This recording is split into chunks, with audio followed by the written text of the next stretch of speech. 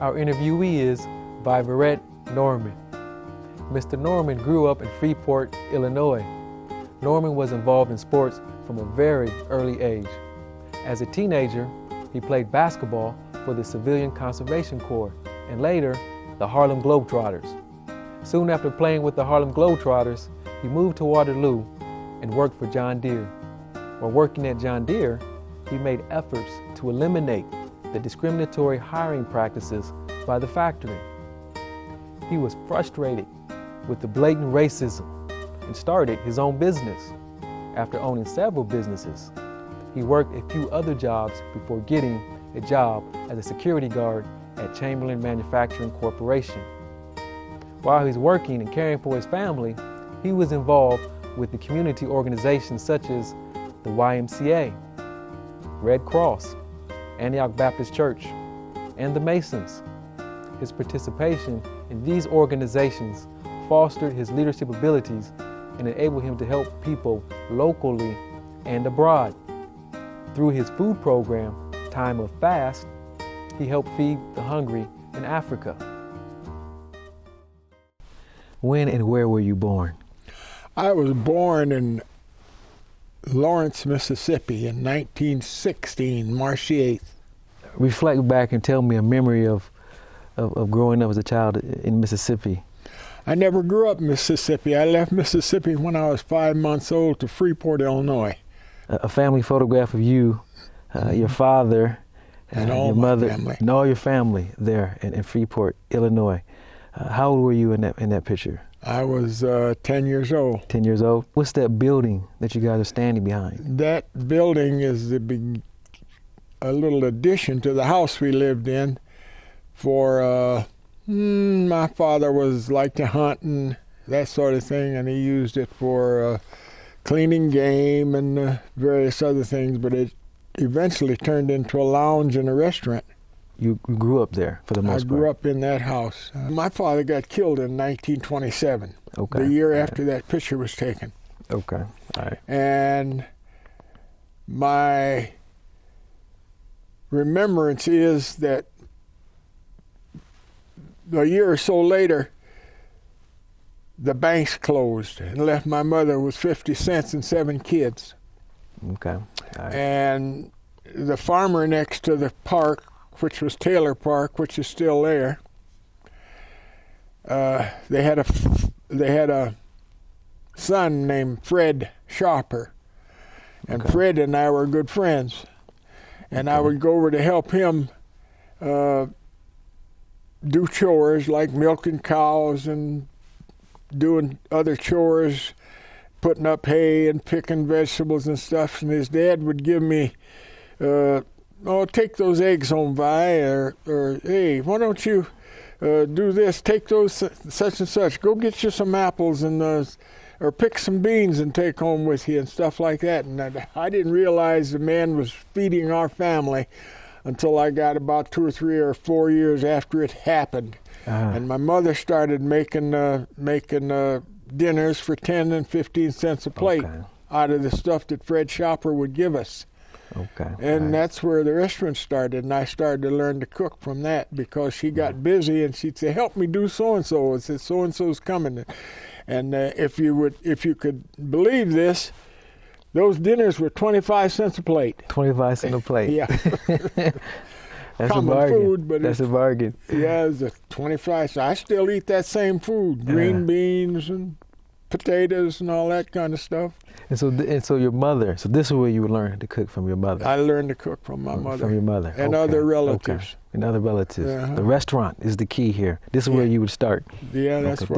where I learned to cook, in that restaurant. Okay. So I imagine you were cooking up until your teens before you would go away on your own. Let's talk a little bit about as you would make your break from home to a young teenager into CC camp. As a young man, you would go to CC camp. Could you explain for me what is CC camp? Roosevelt thought of a way to keep the kids off the street, off the road, and he started a conservation corps. Okay. And they called it the CCC because of Civilian Conservation Corps was the name of the organization. It was ran by the government, and they gave the boys $1 a day. $1 a day. Okay, that's a lot Big of money. Yeah. In those days, everybody was getting in because they'd feed you and clothe you and have a place to stay, and you did conservation work such as refurbished parks, and there's parks in this country right now that are used from that 1930s area. Okay, let's talk a little bit about your basketball career. In particular, I know you were you are a former Harlem Globetrotter. Yes. Everyone is familiar with them. Tell me how you got involved in that, or what happened? How did you become a Globetrotter? Tell me the story of that. Well, Globetrotters was coming to Waterloo out to Freeport, Illinois to play an exhibition game, but they had to find a team that could compete with them. Mm-hmm. So they knew that the CC camp had a good basketball team, so they asked them to come up and play them. Okay. And I wasn't on the team at the time. Okay. Because I had left the year before, but I was way bigger than anybody else that was on that team. They were all like 6'3" and 6'2" and like that, and I was 6'6", and so they played the Globetrotters at Freeport, Illinois. It's a VFW club gymnasium. Okay.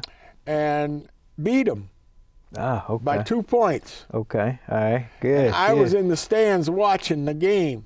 Okay. All right. So after the game, I went down mingled with my old friends and that I had played with like 2 or 3 summers and so.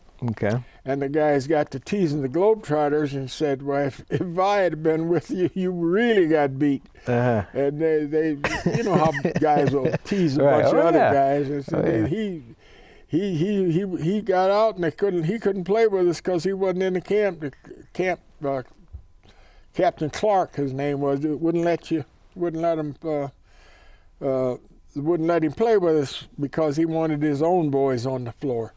So they kept teasing those guys that way, and they left town. And a couple of days later, they called the Freeport Journal-Standard was the name of the paper there. They called them and asked them could they get a hold of the person that used to play with the CC camp.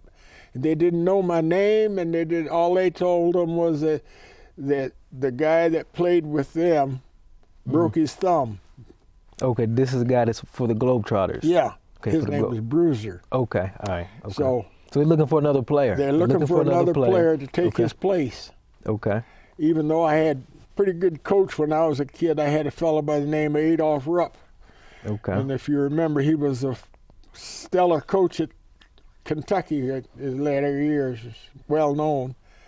But he actually was a high school coach in Freeport, Illinois before he went to the University of Kentucky.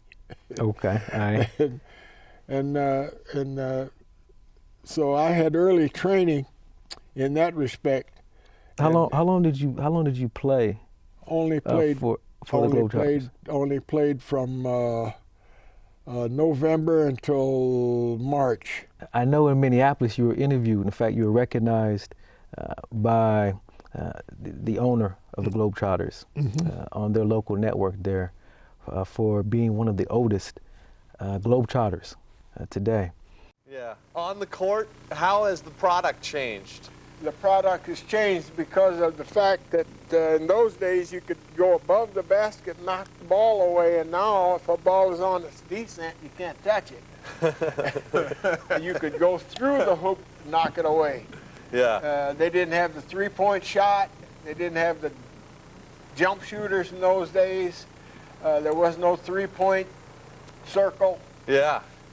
So the game has changed as far as speed is concerned. There was some fast breaks, but not too many. Yeah. Do you get a chance to watch these new guys ever? Yeah, on TV. Yeah. They come to the town about 7 miles away from where I'm from. I'm from Waterloo, and they came to Cedar Falls, a successor of the years. Yeah. But I never had the opportunity to go see them, I think, but once. And that was probably in 1945 or so in that time. And the time that Goose Tatum was with them. Goose Tatum, remember him? Yeah. We should mention, you're a tall drink of water. You're sitting down right now. How big a guy are you?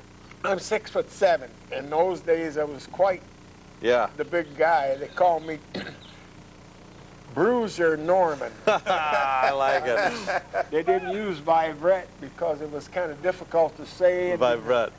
very hard to understand, but it was right. a French term, a French name that my father gave me. Well, we'll call you Bruiser if that's all right. All right. Ethan, you're with the current Globetrotters, the old school, new school. Tell us about what's going on. You're in town, big games next weekend here. Big games here in Minneapolis, Friday, Saturday at the Target Center. Yeah. We're still doing what the Globetrotters have always been known for, traveling around the globe, putting smiles on people's faces and entertaining families year in and year out. Yeah, you guys are actually part of the Naismith Basketball Hall of Fame now. How sweet is that? That was a few years ago that happened. Yeah, 2002 came only the 15 to be inducted into the Hall of Fame. You know, thanks to guys like Vi and Goose Tatum and Marcus Haynes, those guys, and then the current Globetrotters. Just keep that great tradition going, and we were inducted into the Hall of Fame. In those days, we traveled on the south, going through the Southwest. It isn't true today, but it's what soured me on traveling with that group. It culminated with a broken foot, but then the stench and riding without taking a shower, taking a bath, and you give you a towel, and they wouldn't let you eat in restaurants in those days if you wanted to you couldn't sleep in a hotel, because the only hotel we slept in those all the time I was with them was one night in Oklahoma City, Oklahoma. We had to go outdoors and slip around the back and take the fire escape and pull it down and climb up the fire escape and take the last 5 rooms, I think it was, in the back of that second floor of that hotel. This is because so you're talking nobody about, would know we were there. This is because you're talking about the 30s. We're talking about the 30s here. I'm talking about 1939. 39. 38. Well, that must have been still 38 when that happened, that I was at this. But I played from 38 to 39. So now as a Globetrotter, even though you're an enormous entertainer, being a Globetrotter, you're entertaining, but still yet you encounter a lot of racism. Well, back there, they're celebrated now, and they are just like any other celebrated athlete. But back in those days, it was kind of rough. Was it? It was rough. Okay. I remember having a real good dinner in Norman, Oklahoma, and you know what the dinner was? Jackrabbit. Okay. But we sat down and ate. That's what I think made the meal so good, because we would grab a sandwich and a Coke and go, because that's all they let you, You couldn't go into a restaurant and eat. So when this old lady, I don't remember her name, invited us over to her house for dinner. Let's talk about Waterloo. Tell me when and why you came to Waterloo. I came to Waterloo about, I'd say 6 months after I left the Globetrotters. Okay. And I got there to work at Deere's. My brother had married there and moved to Deere's because of friends that told him there was jobs available. So when I came home and asked about him, my mother told me, well, he's in Waterloo working. He works at Deere's. Okay. So I called him on telephone and told him I was home, blah, blah, blah. And he said, well, maybe you can get on up here. Come on up. To be 18, to be working at John Deere, you were real active in the union. I was very active in the union, not the first year, but the second year. The second year. Which was in 1940. Was it 838? Local 838. I helped start 838, and I was on the executive board for the first 4 contracts and helped make the first 4 In fact, I was the chief negotiator. Well, I know you were a part of the non-discriminating clause, or you worked on that. Tell me, I made it. You made it, excuse me. You made the non-discriminating clause. Tell me about that. Why is it important, and how did it come about? Well, they would hire black people and hire them in the foundry, and that's all. Okay. They didn't hire them in any other place. And when those people on the streets were looking for more employees, when they started making more tractors, where they get people off the street and get them in those jobs, and they were cleaner jobs. They weren't, your lungs weren't full of graphite and all that stuff like it was in the foundry. and in the mill room and those places. So, and the jobs paid more. I believe it's from 1940 to 1946. I left in 46 because of the discrimination, and they had separate locker rooms where they had about, I imagine there was about 55 or 60 men in that group that I worked around. Okay. And they had 6 spigots and about 30 crowded lockers. Okay. And that was for blacks. Mm-hmm. And then they had another one over about 10 or 15, 20 foot away with a wall between it for whites. For whites, okay. And that kind of ticked me off. Mm-hmm. And I worked on that and got that torn down, changed, and then I worked on the upgrading clause. So I did all that. You got the lockers where they're integrated now. Oh yeah. The lockers integrated. They're shared through this non-discriminating clause. That was the first thing I worked on, was taking that locker room out. Okay. Then the next thing was job bidding. Job bidding. Tell me about that. You had to make proficiency on that job at least 2 weeks before they could hire somebody else for it. They would make this guy fail by not giving him the right information, and then they send him back to the foundry. Ah, okay. And I found this out, and it just ticked me off so bad that I just left Deere's and I started my own business. Let's talk about your rug business, please. Tell me a little bit about that and how you got involved in that. I started that business because a man by the name of Reed in Cedar Rapids had one. Okay. Cecil Reed. Cecil Reed. You know of him? Yes. I know him real well. Okay. Then he branched off, as you remember, and he started janitorial service too. Okay. So all those businesses around there, doctors' offices and hospitals and stuff. So I followed his lead and did the same thing. I went from the grocery store to the city to the milkman to Chamberlain's. The Chamberlain's. There you go. Okay, let's talk about that. Let's talk about Chamberlain's. You working there as a security guard, because that's very, very important. I worked here 21 years. 21 years at Chamberlain, a security guard. Okay. During the war, they made ammunition under government contract. Okay. And I was in. It was called Chamberlain's here, but the people that owned it was Duchessois. Let's talk a little bit about some of your volunteer work. 'Cause I know you were very busy in the community, doing a lot of important volunteering.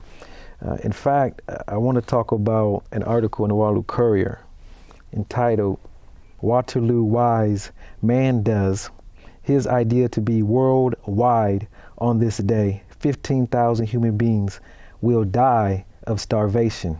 Who cares?" Tell me a little bit about this article and what's taking place here with this organization you're running. It's a Wise Men's Club. It's a world service organization of the YMCA. Okay. And we had a world conference in Copenhagen, Denmark in 1972. The world president of the Wise Men's Club was a man by the name of Bob Johnson, insurance man from Minneapolis, Minnesota. Okay, all right. And he and I had been acquainted because of the Wise Men's Clubs that were in various cities throughout the Middle West. Okay. And we were together in Copenhagen, and they showed pictures of kids starving, flies running in and out of their mouths, and big fat bellies. And I said to him, I said, "Bob, I don't want to see that." Right. He said, "Well, why don't you do something about it?" Okay. I said, "I'll tell you about it tomorrow." The next morning, I said to him, I said, "Bob," I said, "I thought of something." He said, "What do you mean?" He had forgotten it. I said, "I told you yesterday that I didn't want to see that pictures of those kids starving in Africa and in different places, and you said for me to do something about it." And I said, "Wait till tomorrow." He said, "Yeah, I remember." And he said, "What'd you come up with?" I said, "Time of fast." I didn't know at that time that was going to be called time of fast. Okay. But I told him that, I said, people that eat too much on Thanksgiving should just stop and think. Don't eat one day before Thanksgiving, and give the money that to the YMCA that they would eat that one day. Okay, all right. And he said, well, get up and talk about it. And this was, well, I imagine there was an auditorium of about 1,500 to 2,000 people. Okay, all right. From all over the world. As far as fasting? Yes. That was the idea, was to fast for one day. Yes. And then you would give the money that you would normally spend to eat that day towards the program. For the program for the kids. That's great. Okay, that's great. This, what you saw in the paper, was them giving me an award from Geneva, Switzerland, when they put my name in the World YMCA Hall of Fame. Ah, okay. And because of this program, and it's still going on now. Let's talk about the Red Cross a little bit, because we have another interesting article about your volunteer work with the Red Cross. Well, you're standing there with two other men in this particular article, and above you there's a sign that says Red Cross above it. You're on the board of directors. Is that correct? Give me some examples of some of your duties on the board of directors for the Red Cross. Well, my duty was administrative more than anything else, even though we helped with, we did a lot of work with people. At that time, there was a lot more fires in Waterloo than there is now. Okay. I don't know why, but various families would get burned out of their homes, and we'd look for shelters and all that sort of. People were still, a lot of people would come up destitute and come to the Red Cross for food and stuff like that. So we kept in touch with places where we could send them to, and that was. We did did a lot of giveaway programs, clothing and winter clothing, and they still carry on those programs, but they're not as prominent there's not as many people wanting that. With the Red Cross, but you're working in a different capacity. In this article, you're cooking for the volunteers. I think it's a banquet honoring the volunteers, and you're involved in that. Board of directors had a breakfast every year. Okay, all right. And I prepared the breakfast for them, sausages and pancakes. Tell me about the wild game dinner, the fundraiser that you would cook for Antioch Baptist Church. What was going on there? We were trying to build a new church, and we had my brother was a choir director, and they were trying to make their budget, because I said I wasn't going to cook when I come to Waterloo. I thought that was the end of my road as far as cooking was concerned, but he told them, let's have a banquet. He said, banquet? Who's going to cook a banquet? Oh, my brother's a good cook. And I said, hey, you ain't supposed to be talking like that. And then from fixing a couple of banquets for the church, and I got enthusiastic about it too. And I said, why don't you really have a good wild game dinner? Okay. And I started doing the rabbit and the coon and the beaver and the bear, deer, pheasant, duck, goose, buffalo, partridge, quail. You cooked it all. All these people bring this stuff voluntarily. They're bringing it in for you. Free. Yeah. Okay. Yeah. We didn't pay for this. People so you can handle this. Donate it. You can handle this, right? Oh yeah, I knew how to cook all of them. Okay. Yeah. This is impressive. Okay. Yeah. All right.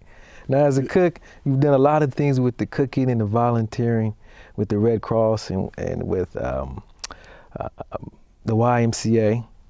You've done some great things as far as, and there's some other things too that you've done as far as volunteer work within the community. Let's talk about your involvement with the Masons and the Shriners, and how did you get involved with the Masons? Well, my dad was a Mason. Okay. And his dad was a Mason. And they used to say the cotton, you've heard the words, the Cotton Field Lodge was a little cabin out behind because in those days they didn't want you to meet as a group.